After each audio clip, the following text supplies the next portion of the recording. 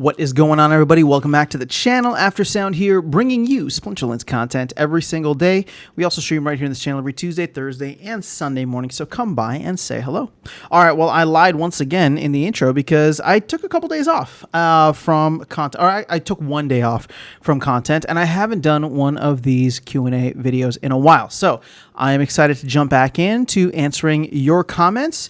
Thank you all for leaving them. I appreciate you taking the time. Let's go ahead and dive in. We're 7 days back, but like I said, there was a couple of days. There was one day with no videos, and I think one day with light videos, if you want to call it that, because I usually try to do a couple per day. So here we go. Vlogging, gaming, and coding. This is from the Splinterlands.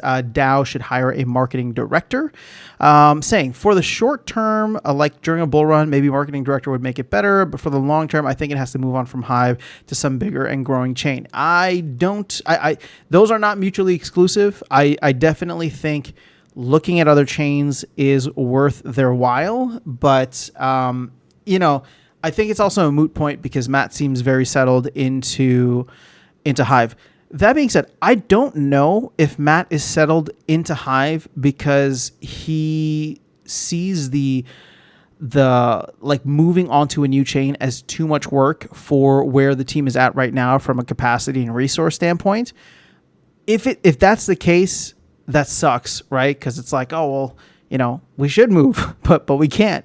And if that were the case, I wonder if there would be an opportunity to have, one of these DAOs for Polygon or Solana or whatever, I don't know if they're DAOs, but whatever they are for these other chains to help provide some funding to bring Splinterlands over, just because Splinterlands is an OG in the gaming space, right? And it sucks that it doesn't get the recognition at all. It's left off of all the lists. It's not included in any of what influencers are talking about, and yeah, it's kind of a sad state of affairs.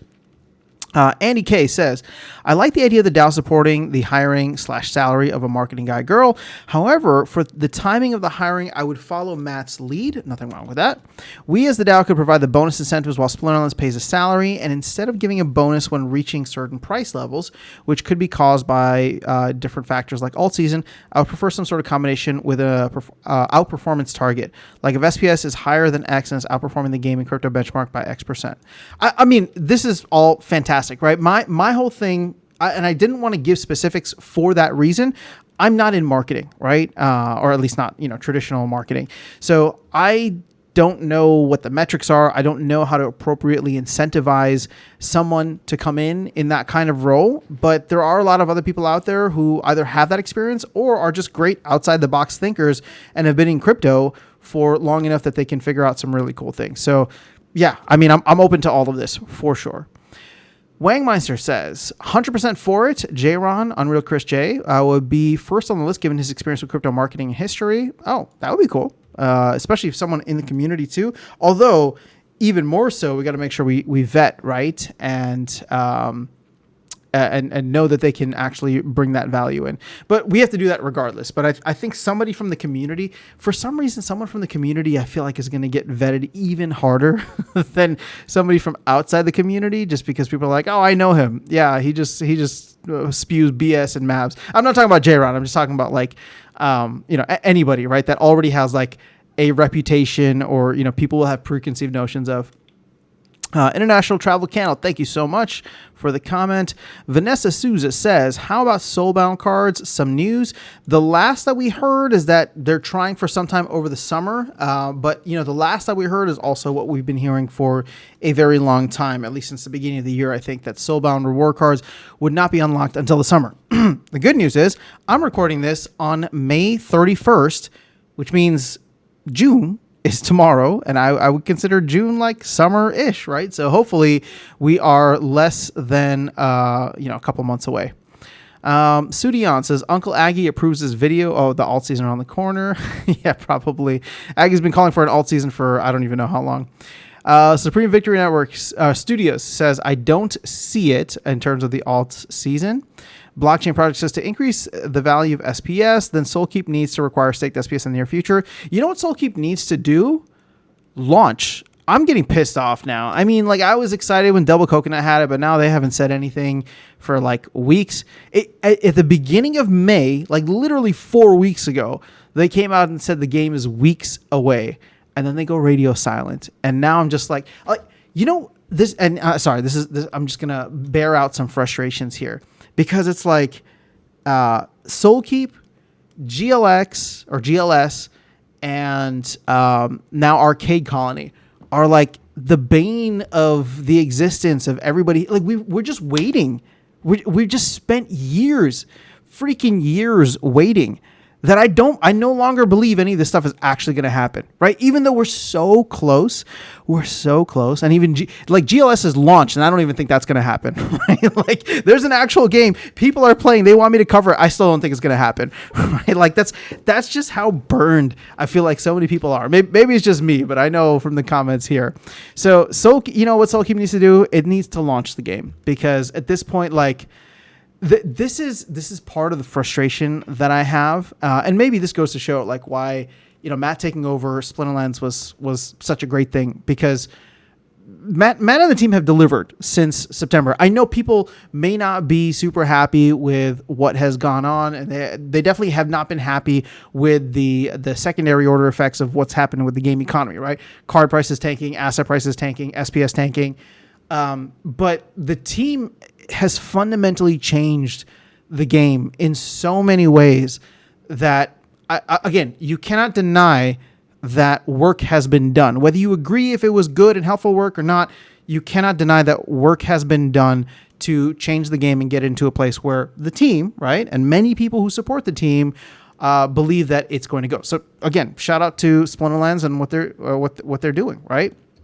But like everything else on Hive, and I'm not trying to shit on all the other Hive games that I don't even play, but my point is just that, like,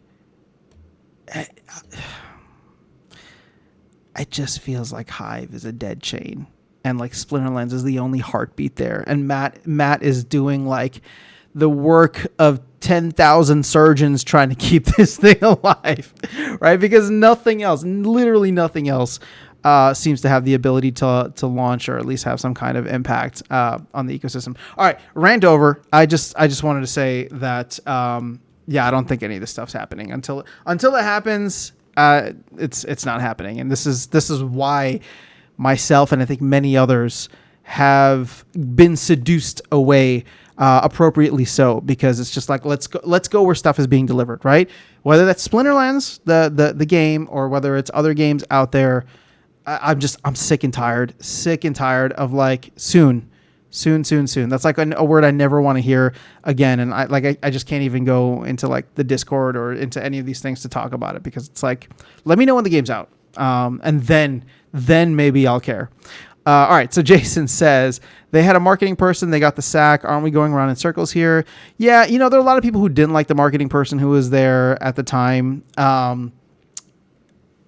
I will say, how do I put this? Because I'm not trying to throw the marketing person under the bus. I think that there was definitely things outside of their control, it seemed, whether that was the economy or the market conditions. But I also believe that it's possible to get somebody who's just laser focused and an expert and very well connected. So I don't think it would be going around in circles. I think if you could get the Axie guy to come over to Splinterlands and do God's work, then get the Axie guy, right? Because the biggest compliment that I heard for him is the fact that he took a shit game like Axie and made it as popular as it was. So I want somebody like that. All right, so Phoenix says, I'm a fan of incentives-based contracts for positions with no clear-cut work to be done. Sure, they get paid some if they flounder, but if they do a great job, they get rewarded for it. Cool. Okay, so it seems like a lot of people are at least open to the idea. Philosopher says, LOL, validators are still on the roadmap. Give it up after sound. GG Splinterlands. So, Philosopher, I'm curious. Oh, and you have another comment here. Let's read your comment, then I'll jump into this. All right, sure, milk down the remaining assets left. This is okay. This team ripped off a lot of people and burned a lot of bridges. They sold and promised so much and don't deliver. Ripped off people with CL and now trying to take assets from the DAO. Everyone do yourself a favor and save the last assets you have in this game before it's too late. What do you mean by save? Don't you mean sell? So here, again, Purely curiosity question for you, philosopher. Are you leaving the game? Did you sell your assets? And more importantly, the fun part, where are you going? Tell us. Tell us what other cool games are out there. I'm literally being serious. What games are you playing? Or where are you taking that capital? Pow says, would be good, but don't know if the ship's already sailed. Oh, on alt season? No, dude, really? On alt season? I mean, the Ethereum ETF just got, did it get approved? Whatever. It's moving forward in one way or another.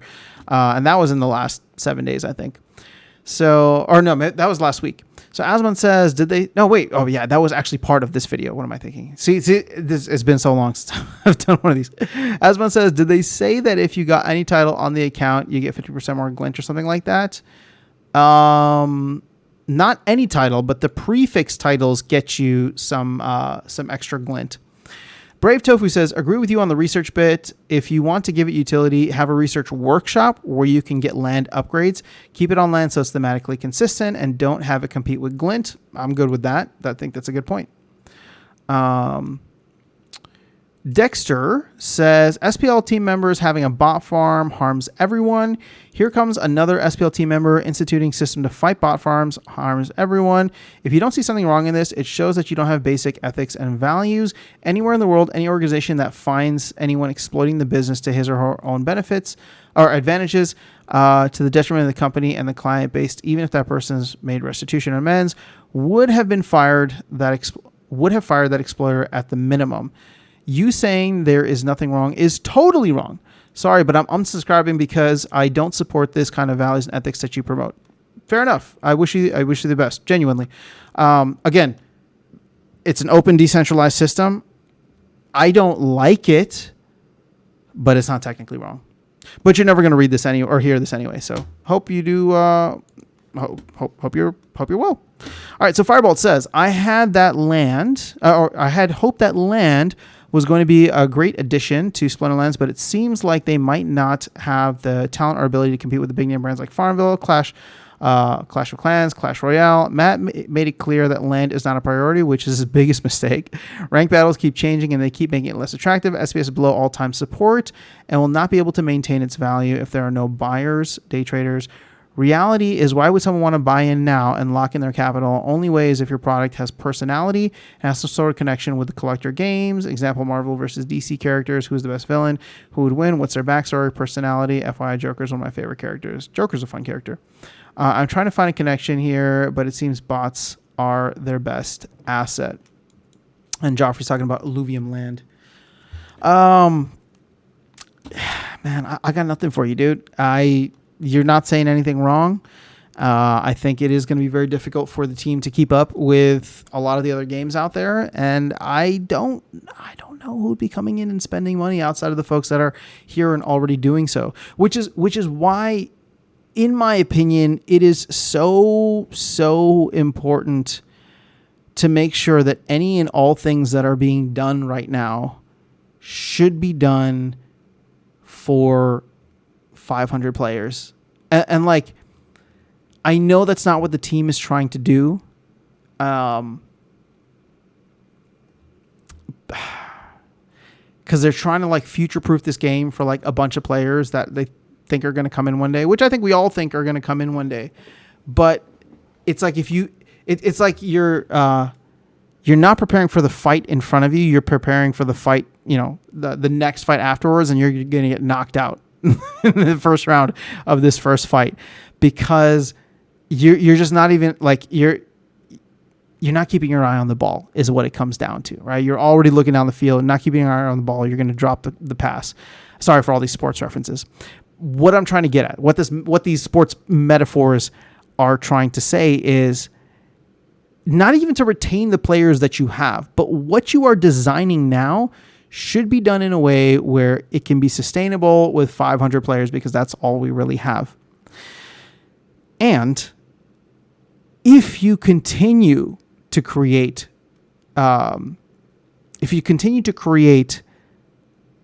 incentives like this that are supposed to be for larger and larger groups of people, what ends up happening is the value of what everybody's holding now will always go down because you're creating for more than 500 people and there's only 500 people. And so I don't know how else to do it. But the part of the problem then becomes, right, well, this game is not sustainable with 500 people, nor is the economy savable with 500 people, right? Like how are 500 people going to come up with $300,000 to get DEC back to peg? I don't know. There's a lot there. Okay, so let's jump into the next one. Thank you, International Travel Channel, DJ Khaled. All right, so Trat says, looking mighty grim after sound, might call it quits at this point. My advice, stop land for now, focus on fast revenue items, skin packs, battle pass, mini packs. I mean, they could literally just copy any successful card game companies on how they make money. Make owning cards in SPS mandatory playing the game. The CPU requirement proposal is a start, makes the cards more valuable. People love valuable things. Less players, more earnings, more interest. New opportunists will come in. Plus side is it is less botable. 4, a controversial take, but in line with the above point. Maybe renting SPS should not be allowed. People can grind for it by playing the game or straight out buy the SPS. Also, this will kill most bot farms. Right now, I'm just done, to be honest. There are better opportunities out there than praying for this mess to be a success. Yep, very much disagree. Very nice, agree with most you listed. Okay, cool. Yeah, look, again, you're not wrong. I mean, I feel like most of what I'm saying in these comments is like people are not wrong. And, you know, if you're leaving for other greener pastures, I don't blame you. I just went into the whole tirade in the last comment about not overselling for the current player base. Like, you know, if you look at, and I'll do a separate video on this, even Rebellion right now, value starting to fall, right? And why is that? We haven't even gotten to the end of the conflicts yet, and it's already starting to fall, which means that there's already too many packs out there for the players that exist. And again, I think part of the issue just becomes there were still incentives, right? And Matt did a great job trying to reduce those incentives from the pre-sale. But clearly, you know, people at this point are just trying to take whatever they can get and run. Maybe not from Splinterlands, but run out of the overprinted assets, right? And I think it's 900,000 packs sold for Rebellion, of which like 800,000 packs I think have been opened or something like that. And we're still seeing significant falling in prices, which means, you know, people are just undercutting one another to try and get rid of their cards. All right, so Pomp says, sell skins for old cards, classify them as modern so you could play them in modern. They would probably sell more skins than Rebellion packs. Maybe. Although I think that crowd has left. I remember Darkest Night used to ask for skins all the time, but I don't know who'd be buying them now. CBT says, I'm excited for Land. Give us Corey's, Matt. I would be excited for Land too. I put that video out there, which seemed to get some good traction about like the consumable card. I think that is a better option for Land right now, honestly, than items and spells. Like if they just started doing that, and you know, found a way to like monetize it where it's just like, I genuinely think that they should be getting like a cut of, you know, the market activity or things like that. Or if we were to sell those cards, right, those consumable cards, they get a cut of that. That would be awesome. That would actually be really awesome because then it benefits them. All of us want these cards that are super fun to play with, that are consumable. You need to participate in Land, whether you're buying the cards from landowners or you are a landowner and creating them yourself, right? It integrates Land so much more. All right, so Vlogging says, it's indeed good to remember that if the price of SPS doesn't start increasing, then how long until the team members will start moving on to other projects? You know, that people don't talk about that enough. I mean, you already had Far Patrol, and again, I have no idea what the what happened behind the scenes, but Far Patrol left, which was a huge kind of blow to Land in terms of, you know, just I'm assuming that's why we got the major delay on 1.6. Although, you know, shout out to Cryptomancer and Investigator for getting 1.6, or at least these two things of 1.6 out. But yeah, we don't talk about that enough. All right, so I forgot how to pronounce this. I'm just going to call you unvaccinated masses because I do remember that's what your name means. We need a fake SPS chart. No, let's keep it real. Although that'd be funny. Ghostly BG says, so what you're saying is that David Jazz was just doing QA for the team. That's an interesting way to look at it. Yeah, I guess it's live QA at that point. All right, so Andrew says, this just keeps getting from bad to worse. Team member ran a bot farm and is still employed because he didn't break any rules, according to Matt. How is running a bot farm playing the game the way that it's supposed to be played? This is similar to Lex Vegas sale, where another employee, Wolf, botted and resold extra copies at a much higher price to other players who couldn't get one. Full extraction at the community's expense. If the bot farm employee didn't do anything wrong, why return some of the rewards? It's obvious some team members have no issues exploiting the system, and I can't wait for Siler to hammer another nail in the coffin. So I'll respond to this one. If the employee didn't do anything wrong, why return some of the rewards? It's not that they did something wrong. In fact, I think it was Matt that came out and took responsibility for having the percentage drop rates be too high for those extractable prizes, right? Those exploitable prizes. So I guess just being a team member, they decided to return some of that to help Matt. Again, it doesn't seem like Matt was throwing them under the bus or even saying that they did anything wrong. But yeah, I wouldn't categorize that as like they felt guilty that they did something wrong. My guess is that they felt guilty that Matt felt like he messed up and they were just trying to help remedy some of the situation. Again, I don't know. I don't know personally the person who did it, so it's not like I've had conversations. I'm just trying to give a little benefit of the doubt here, which is definitely going to rub some of you guys the wrong way, but that's just what it is. All right, so Renee Renier says, I think the incentives way of getting marketing would be best just through a banger affiliate referral system. Maybe have the DAO pay extras for like a month of referral affiliates, and to gatekeep botting abuse, have the bonuses only available for KYC accounts. I don't know, really. I'm not an expert on this area either, but paying one person 10 million SPS probably won't happen. One person can only do so much. I would love to rather see a strong team of 3 to 5 marketers. Maybe that's what it is, right? I just don't know what, I don't know that we can afford that is the problem. And, you know, shout out to Bulldog. I think Bulldog has, had put together like an affiliate thing, which I'll be honest, I haven't read through. I supported it. I haven't read through because why? Right. Let's see if it passes and then I'll read it. But, you know, I appreciate him trying to take the time to push that forward. Let's see. Okay. So Jason Jenkins says, that is actually a very good idea. Concepts like this could be used to help create an income stream for the team so they don't rely on pack sales. This would be, oh yeah. Yeah, again, I think there could be something there with the consumable cards, right? They design it, they get these back-end royalties from it. That's pretty good. Why Not says, I was thinking some achievement-based reward cards would be good. Leave details to the team. What do you mean by achievement-based reward cards? Like if you play a certain amount of games or something? That could be cool too. Blockchain Project says, good idea, but we need to help the team figure out how to increase project funding. Yeah, we need to find a way for them to get money. All right, so what if you have a warrior retirement program? The unit will relinquish their attack in return for additional bonus on land. This is irreversible. That could be interesting. I don't know how that would work. I think that would probably take a lot of dev work on the back end to actually make happen, because it's like, well, then you're fundamentally changing the nature of the cards. You're not keeping it the same and just staking it on land. You're not burning it for DEC. This would have to be like a third thing that you're doing with it, of like converting it into something that can never be played in ranked, but can always be used in land. It's not impossible. It's a cool idea. My only concern is that do they have the capacity to do that? Is that something that's high priority?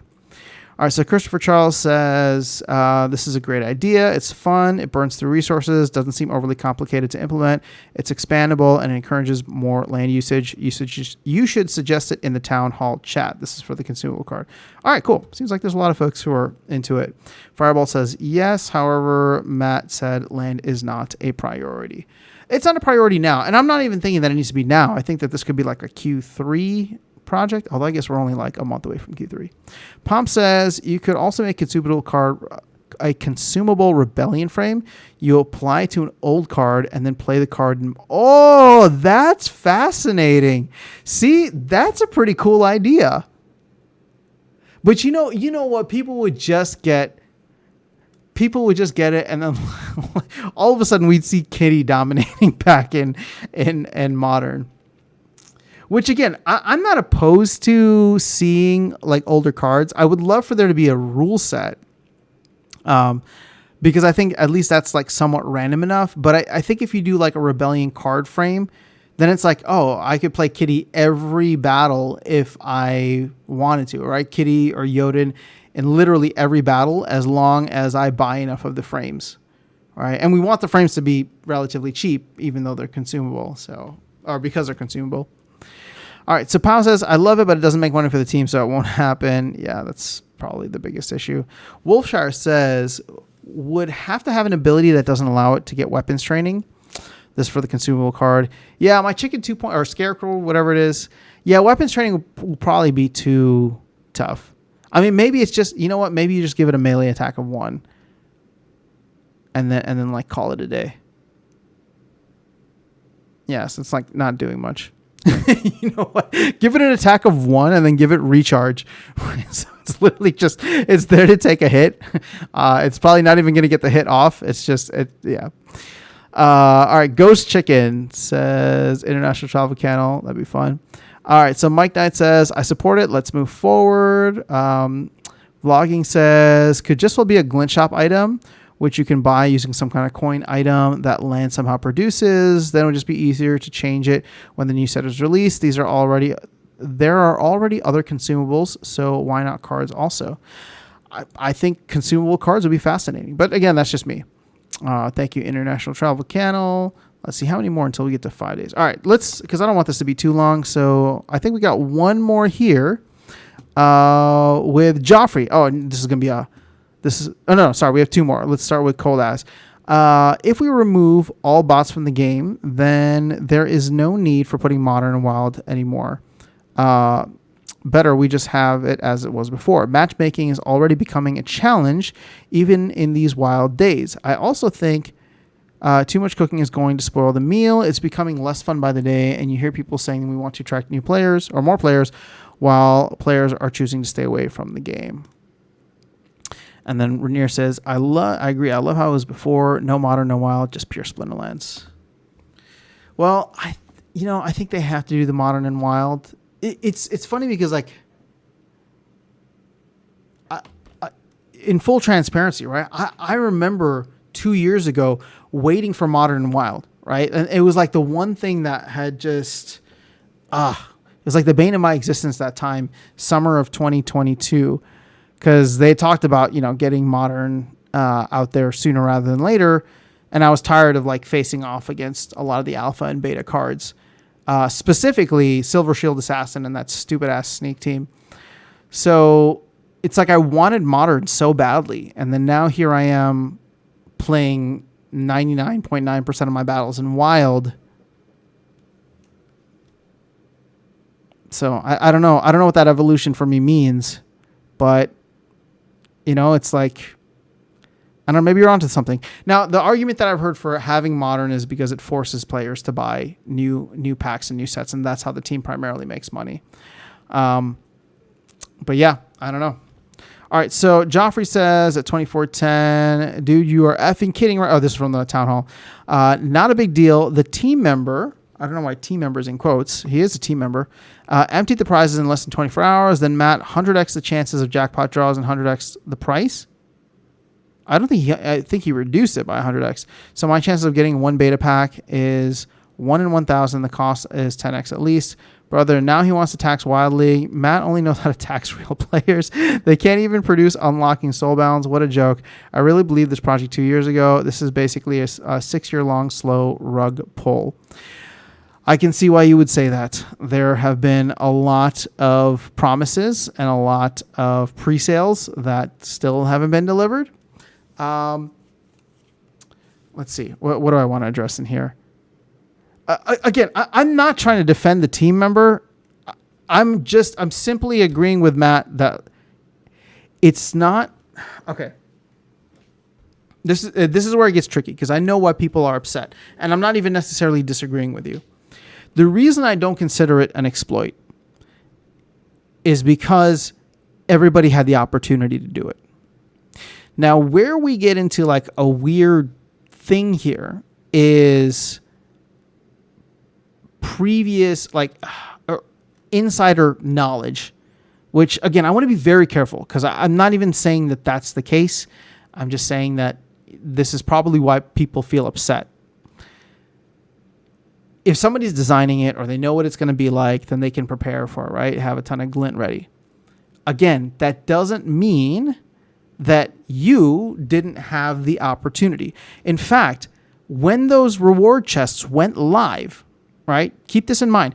When those reward chests went live, it was in the morning. Everybody was going crazy. I saw all of these things happening, being posted on X and being posted in Discord. I personally was not planning on buying any of those reward chests, right? Because I wanted to save all my glint to go towards the guaranteed rarity draws. But when people were showing that, the prizes are actually really good and the drop rate's kind of ridiculous, right? If you buy 100 chests, you're guaranteed to get something. At that point, I was like, okay, let me jump in because this seems like it's, I don't want to say too good to be true. And I didn't have like an inkling that it was going to be taken away.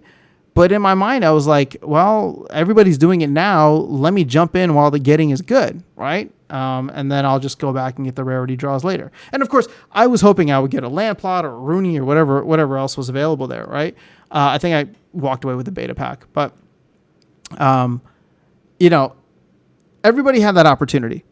So that's why I think to label it an exploit is just, it's technically inaccurate. Are there other conflicts of interest? And maybe that's the word I should be using rather than insider info. Are there conflicts of interest? Yeah, absolutely. But this entire game, and every crypto project to a certain extent outside of Bitcoin has always been like conflict of interest. Like go back to SPS, right? Somebody designed the SPS white paper, the original SPS white paper, and decided unilaterally, right? There was no DAO back then. Decided unilaterally how the airdrop would be given out, right? And they got to do that knowing what assets they had and what assets, everybody else had. And so that was like a unilateral arbitrary decision that was made. So from like the inception of at least SPS, maybe even, further back, that's just how it is. I don't know how to solve for that. And the reason I bring that up is because if I compare that to what just happened, there's nothing new. I've accepted that reality almost 3 years ago, right? I accepted that reality that the counterparty risk, the insider, whatever, like that's what it is. That's what you get with all of these shitcoin projects. Sorry, this is Bitcoin Maxi me coming out. I'm not trying to hate on Splinterlands specifically, but everything outside of Bitcoin is a shitcoin, right? So that's just what you get. Now, to the team's credit, back in 2021, I liked what Aggie and Matt were saying, and I trusted them way more than other teams, right? And I'm not trying to say that I don't trust them now. All I'm saying is that the way that the project was going back then compared to a lot of other projects, which all disappeared, right? Splinterlands did not disappear, but how many of us are playing Crypto Blade still, right? How many of us are playing My Pet or DeFi Pets or whatever it is? How many people are still playing Axie? I don't know. But it was something where I liked the vibe, the aesthetic, everything what the team was putting out. Obviously, people have had their differences over the years. I've had mine, but even at this point, right? Almost, 2.5, 3 years later, I still think Matt's headed in the right direction. I haven't agreed with everything that he's done. And may not agree with things in the future, but I still think he's headed in the right direction. Is it savable? Is what he's trying to do accomplishable? I don't know, man. I really don't know. And so, when people get upset and leave, it's not my job to make them stay, because I have no idea. I'm kind of hanging on a prayer here with the rest of you guys, thinking that a lot of the stuff in the ecosystem is sound. The team is, working diligently, made up of really hardworking people to try and get this ship righted. And I don't know if it's going to come down to like a little bit of luck. It's going to come down to market conditions improving. A good marketing team come in. I have no idea what it's going to come down to, but I'm in it for the ride. For good or bad, for better or for worse, like it is what it is. At this point, and the benefit that I have that I think maybe many others either never had or no longer have is the simple fact that I actually still like the game, right? Just the simple act of playing the card game is still fun for me, right? Even though I bought most of the time, I still enjoy jumping into tournaments. I still enjoy doing brawls. And I genuinely like the ecosystem and most of the community here, right? No, I mean, I love you guys. I'm just saying like it's an experience to me. So I appreciate it for what it is. And I'd love for it to be more, but I've also like mentally and emotionally prepared myself for it not to be. So this is a weird way to end this video, but that's kind of where I'm at. I understand a lot of the salt. I don't think it's unwarranted.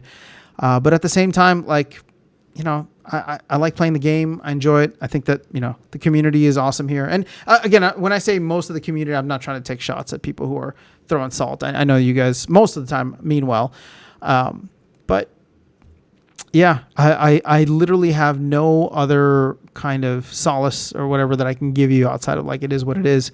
And I don't think for myself, right, it's appropriate to just sell out and leave at this point.